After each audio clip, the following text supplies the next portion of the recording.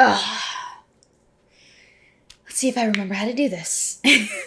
I do hope you don't mind my clickbaity title, but I rather prefer a baby fresh audience coming in hot with some newly ruffled jimmies. Welcome to the channel, ladies, gentlemen, lizard people, and variants thereupon. If you're new here, my name is Weebo Jones, and today my aim is to disabuse people of this silly notion that women are useless to society. If you having girl problems, I feel bad for you, son. I got 99 problems.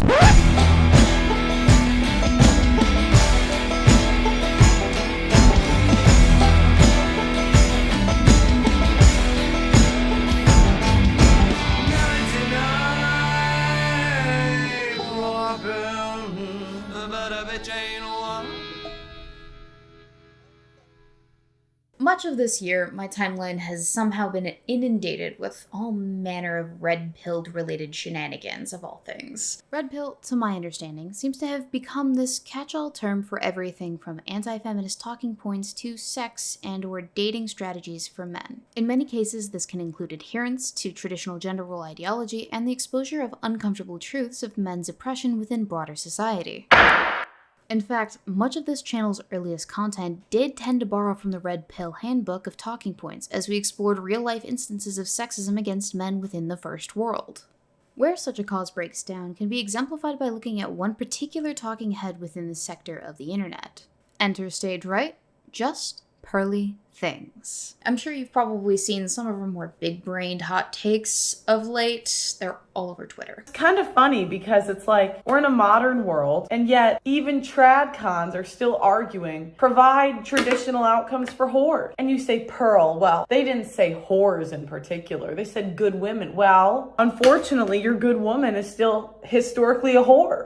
Don't shoot the messenger. I'm just letting you know a lot of you are shitty wives. Did you know that 1 in 4 marriages are sexless? How are you a good wife if you don't even sleep with your husband? On top of that, we're not loyal anymore. Women leave 70 to 80% of the time, 90% of the time if we're college educated. How are you a good wife if you're not loyal? And it's so interesting because it's like the less value brides bring. Like we've talked about this. We don't bring purity anymore. We don't bring youth. Most women are not taught to be submissive. So it's like, what do brides really bring nowadays? Not much. But there is one banger of a hot take that I'd like to highlight in particular that just so happened to transpire on the day I closed on my home of all days. Imagine all women disappeared tomorrow. Would society function? Like it or not, yes it would. The same is not true vice versa. This here is the tweet that spawned an entire subtweet arc on Twitter for Miss Pearl with the backlash that she received from it. So this, obviously, is a bit of a problem. For instance, there's the terribly unsophisticated argument supporting her thesis. The thesis itself is a little bit problematic, and the consequences of such a thesis and argumentation, when they're taken to heart by an audience, are some things that come to mind. So I'd like to discuss in detail why Pearl's tweets are big dumb. The simple answer to Pearl's initial question, the one way back when, if you recall, imagine all women disappeared tomorrow. Would society function? Like it or not, yes it would. The same is not true vice versa. The answer is yes. If all women were to disappear from the face of the planet, the men left would probably find a way to carry on society for at least as long as they could. Duh. If the planet were to find its population halved overnight, necessarily, men would have to backfill all those roles in society that the women had previously filled, or allow the responsibilities of all those roles to fall out of use.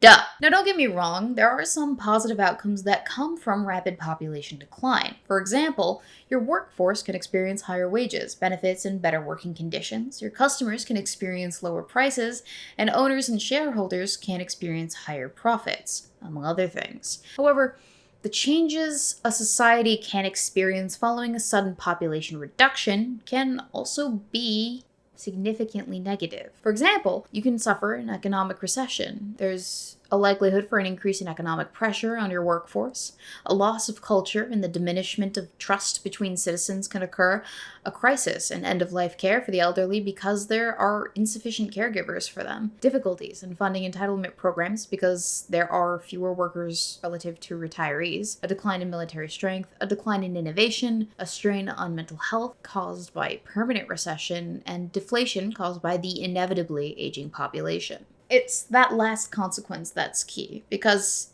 eventually, in Pearl's hypothetical, society would entirely cease to exist. As I'm sure you're aware, without the opposite sex, the human species becomes a finite resource, each with a shelf life of about 80 years. And actually, I'm pretty sure that number would decrease pretty rapidly since there would be fewer people entering the end-of-life care sect of the workforce, and no one to take care of the retirees as they phased out of existence. Anyway, no matter how capable or how adaptable your given workforce is, if you don't have enough bodies to fulfill the roles of your current society, and in fact you're losing that resource faster than you can replenish it, by necessity society would change to suit the needs of the new world order. And in such cases, things will have to necessarily become more simplistic and purposeful, while simultaneously becoming less convenient for the individual. Some people might refer to these changes as a return to traditionalism, others might call them regressive, but regardless of the framing that your new reality is, the result would be the same.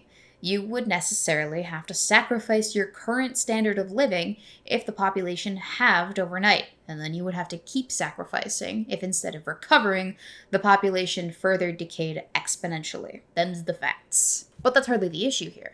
Let's discount entirely the idea that men need women to further propagate the species and assess what Pearl is actually arguing here. Imagine all women disappeared tomorrow. Would society function?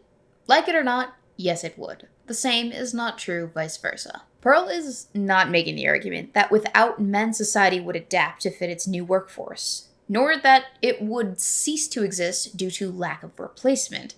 Rather, at best she's making an argument of incapacity, and at worst of incompetence on the part of women, that any society entirely comprised of women alone would ultimately fail. By definition, a society is the aggregate of people living together in a more or less ordered community. That is as broad as we can be. Necessarily so, because any further specification would naturally exclude some other society somewhere in the world. It is incumbent upon us to remember that there is no one way that people coexist with each other. There are better ways, and there are worse ways, certainly, but there is no one way that people live in a society. But I'm sure that the intricacies behind the definition and those factors that allow us to thrive within society have been left out of the thought process behind Pearl's argumentation in favor of a far less sophisticated understanding of the concept itself. I'd like to entertain the thesis a little bit with you.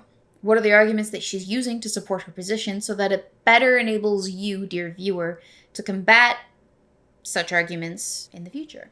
First, there's the infrastructure argument. Who builds the buildings? Men. Who paves the roads?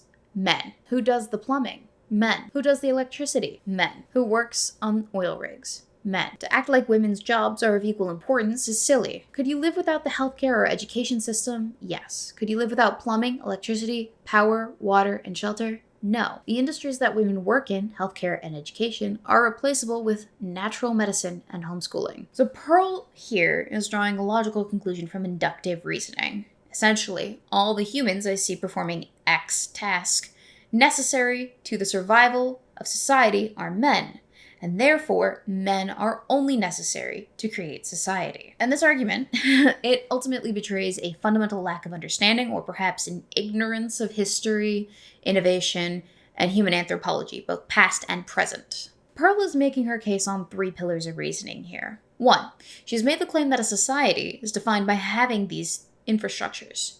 2, that these items of infrastructure are absolutely necessary for the survival of the individual.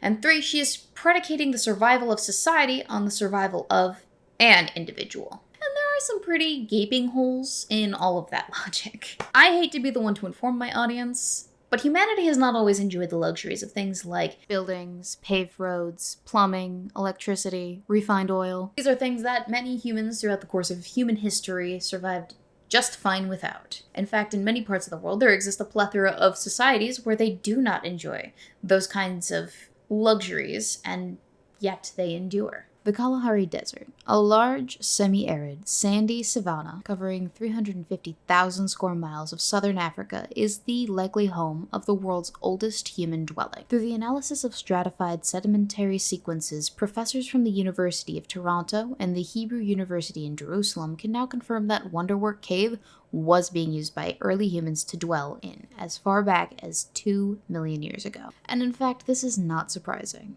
The earliest humans, before they learned to craft the simplest of structures like tents and huts, would have had to use the naturally formed structures created by shifting tectonics, weathering, and erosion, or caves, for shelter. There is a reason, after all, why we call the earliest humans cavemen, you know. But shifting focus away from the homestead a little bit, some of the earliest roads taken by pack animals and their human handlers were often trails carved into the terrain by game animals, not man. These were later improved upon by man through the clearing of trees, stones, and other obstructions from the path. As commerce increased, these trails would be flattened and widened to better accommodate both humans and animal traffic. And certainly, throughout the course of history, various civilizations endeavored to make improvements upon the earliest roads through spurts of innovation, especially following the introduction of wheeled transport. It's at that point in history we see the rise of stone-paved streets in Ur around 3000 BC, log-bedded roads in Glastonbury, England around 3300 BC, and brick-paved roads in the Indus Valley around that same time. And on and up until we find ourselves faced with the Industrial Revolution, where several feats of civil engineering gave us the modern road we know and scorn from the interior of our cars at every pothole to this day. Now, roads are but one method of transportation. There are a few other methods, and to explore that, we redirect our focus to plumbing. Water is of particular necessity to humans. We drink it, we bathe in it, it carries away our filth and irrigates our crops, but we have not always had an easy time getting it. Still, even now, there are parts of the world where people travel many miles from their home on foot to gain access to clean drinking water. Water wells were the first steps humankind took as far back as the Neolithic era towards enabling better access to water for themselves, and then the likely first indoor latrines wouldn't arrive until 3000 BCE. The Uruk and ancient Americans would be among the first civilizations to develop interconnected underground well and watercourse systems, and then it was the Egyptians who first incorporated copper piping into the mix by 2400 BCE, and once more we see humanity continue the trend of innovation onward and upwards to the modern water supply and sewer systems we know today. But speaking of more modern human achievements, electricity also comes to mind. While the ancients were at least somewhat aware of the nebulous concept of shocking pain when graced by the thunderer of the Nile, or catfish, or rays, or whatever, electricity's application to the betterment of humankind would not be fully realized until much later. In 1799, when Alessandro Volta published his work on the voltaic pile, or the first battery, is about probably when the game started to change for humanity. As you can imagine, this advancement and other such discoveries by other such scientists helped to kick human innovation into overdrive. And in this regard, one such item of industry definitely comes to mind. Although crude oil had been used sporadically by various civilizations in the ancient world to pave roads and for military purposes, its refinement would not come to true fruition until at least 1856, when Romania built the world's first industrial petroleum refinery. And even then, it would take a few more decades for the invention of the combustion engine to solidify refined oil as the veritable liquid gold that it has become today. You see, humans need very little of the commodities we enjoy today in order to actually survive. Clean air, water, nutrients, shelter, and sleep will about cover all your bases. And even those necessities are negotiable in their quantities to a limit. And yes, technically shelter makes the list, but it's not like we're turtles and without a hard exterior structure surrounding us at all times, we literally die. No, shelter just means some place for us to hide out from a few of the testier elements for a little bit. So there goes pillar one. More to the point that Pearl made in her own tweet, those people that I mentioned earlier that live without infrastructure like plumbing, roads, and electricity do in fact live without those things. So there goes pillar two as well. And lastly, as if it needed saying, even if I, the individual, not I, the me, couldn't survive without a paved road, which I, the me, could probably, since my state's roadways are in a chronic state of unpavedness at any point in time, were to perish tragically on account of not personally having these things, society would ultimately carry on as if I never existed at all. So there goes the final pillar of Pearl's argument. Now let's take a look at the second part of that tweet. Could you live without the healthcare or education system? Yes. Could you live without plumbing, electricity, power, water, and shelter? No. The industries that women work in, healthcare and education, are replaceable with natural medicine and homeschooling. If you were to replace all the female-dominated fields, like healthcare and education, with natural medicines and homeschooling with the goal of removing women from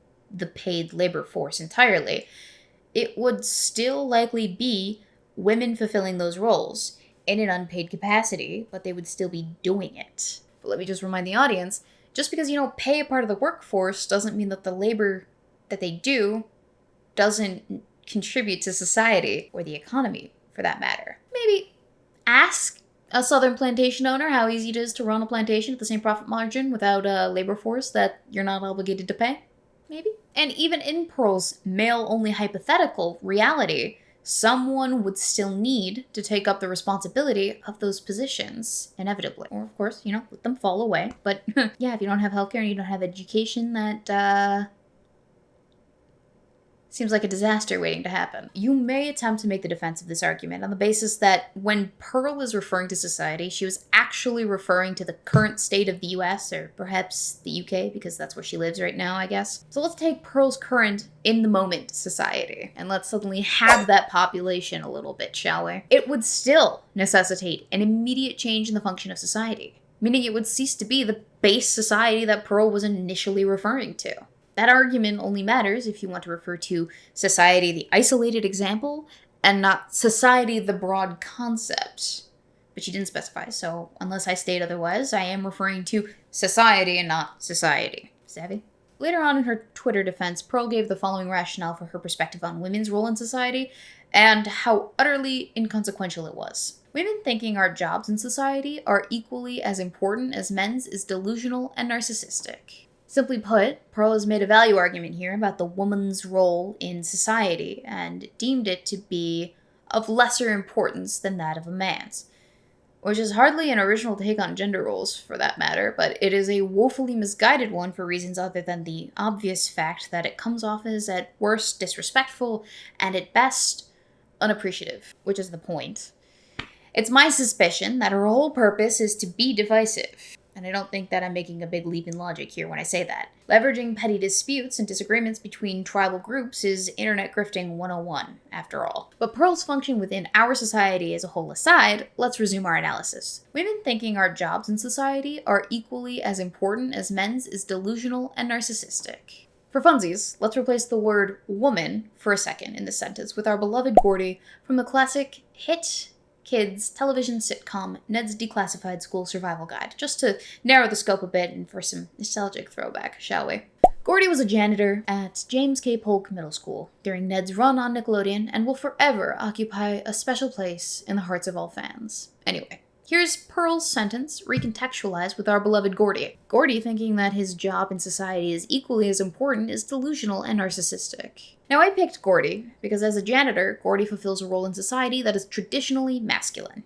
That is true, but also because his role as a janitor is heavily underappreciated, I think. A lot of people think. I mean, Gordy is probably not innovating anything for the rest of us to leverage.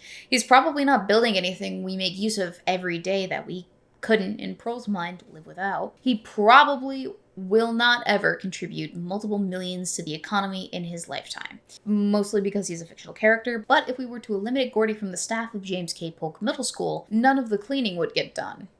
That's the dusting, the sweeping, the vacuuming, the mopping, the cleaning of the ceiling vents.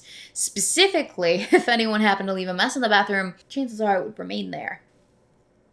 Any mess. Things like toilet paper, paper towels, soap dispensers in the bathrooms. Those would all eventually run out, and the back stock of supplies for those areas, if they did end up filling them themselves, would also eventually run out, since that would also be one of Gordy's typical responsibilities. Then there's minor repairs, like lighting replacements, unclogging toilets, installing new hardware. Those would not get done. Trash wouldn't get taken out, and eventually it would start to overflow and stink up the classrooms. Then there's snow removal and de-icing. That doesn't get done either. Those are just a few of the responsibilities done by Gordy as janitor at James K. Polk Middle School. Now, if Gordy weren't there to do them, Perhaps someone might take up his mantle, but perhaps not. I mean, who needs a sanitary environment to exist in? Or toilet paper? Or replacement light bulbs? Or snow, ice, and trash removal at James K. Polk Middle School anyway?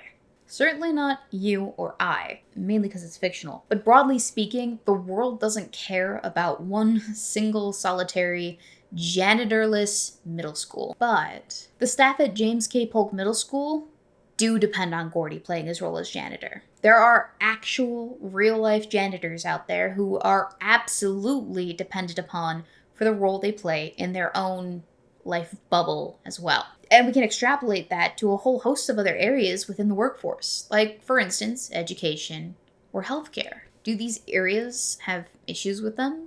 Certainly, but that's quite a universal phenomena across every profession regarding the necessity of roles within society. Women thinking our jobs in society are equally as important as men's is delusional and narcissistic. Certainly no one technically needs a whole lot to survive. We've established that. And for that matter, society doesn't need a whole lot to exist either. Necessity is not the point of society, though. Necessity is the point of survival. And this is a bit of a mind read for me, but Pearl, I think, has conflated society and survival with each other in her head. I think a lot of people do that, actually. If you recall, a society is the aggregate of people living together in a more or less ordered community. And plenty of societies have done, do currently, and will continue to go without for the duration of our existence on this planet as humans. The definition of society speaks nowhere to the necessity of things like roads or electricity, no more than it does janitorial duties or healthcare or education. And this is because society is entirely subjective to the whims of the aggregate of people that make it up. Those elements that allude to specifics are actually preferences for the type of society one wants to live within. And whether or not you personally value another's specific role within the broader society has no real bearing on said role's actual importance to the overall status quo. For instance, Pearl might value her paved roads and oil rigs in society for the freedom of movement it offers her, because that's what she needs in order to lead her life. But a hospital-bound cancer patient might value the nurses and other caregivers they depend upon in their day-to-day existence more than they do paved roads or oil for gasoline. A widowed single father might value the education system for the freedom it enables him when he drops his kids off at school for 8 hours a day, so he can go to work and make money to support the family. The ultimate importance of a role in society is subjective to the individual who is elected to live within the society. And that's the point. And so to say, women thinking our jobs in society are equally as important as men's is delusional and narcissistic. Is itself delusional and narcissistic. Because Pearl has established her own values as being of the utmost importance to everyone within the society she has elected to occupy. Perhaps one could argue that without the infrastructure Pearl has established as being of the utmost singular importance, the healthcare and education systems we enjoy could not be feasible in our society. Well, that, my friends, is a sword that kind of cuts both ways, I'm afraid. Without the gynecologist or the midwife who ensures a safe delivery of the future children. In terms of children,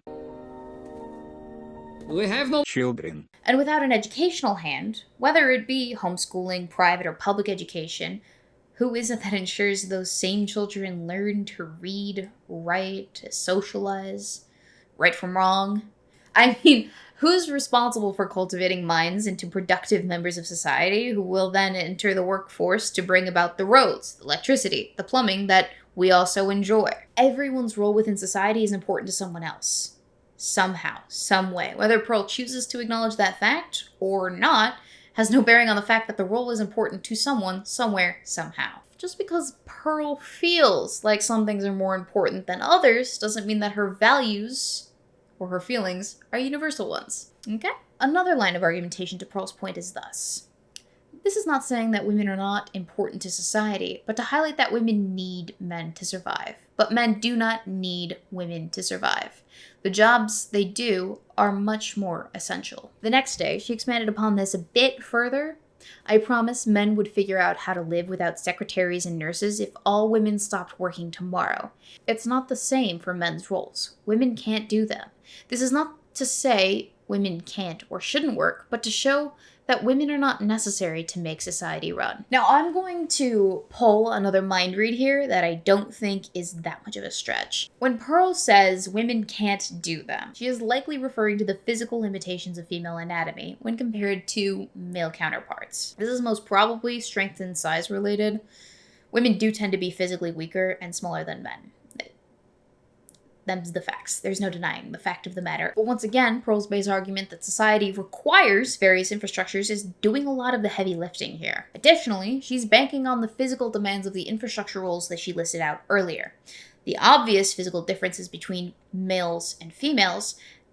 And thirdly, that these very male roles will always and forever only depend upon male phenotypes to get done. In order for her argument that women are unnecessary to society to be true, you have to first buy into the as-is model of society that she's using. Essentially what I mean by this is, if absolutely nothing were to change about the male-centric infrastructure roles, then women couldn't do them. And that's why women need men. Conversely, she wants you to adopt an adapted model of society where men have figured out how to live without female roles. And that's why men don't need women. Do you see how this is an apples to oranges situation yet? These two hypotheticals she's propping up to support her argument are not equivalent, and therefore do not make her case. Of course, women wouldn't be able to sustain Pearl society if they were unable to fulfill men's roles as they exist today. And of course, men would get on just fine in Pearl society if they adapted the society to function without certain roles. It's like saying a shark couldn't beat a human in a race. Maybe not if it's a foot race, but certainly the shark would win if they're both swimming in the ocean. And I can't emphasize this enough. In order for her argument to hold any water in the first place, one has to buy into her initial assertion that all her listed infrastructure jobs are necessary for the function, nay, the survival of a given society. Which, as we've already established, is not the case. You can have society without those things, just not this one. It can be the case that men would adapt to a female-less population and sustain society.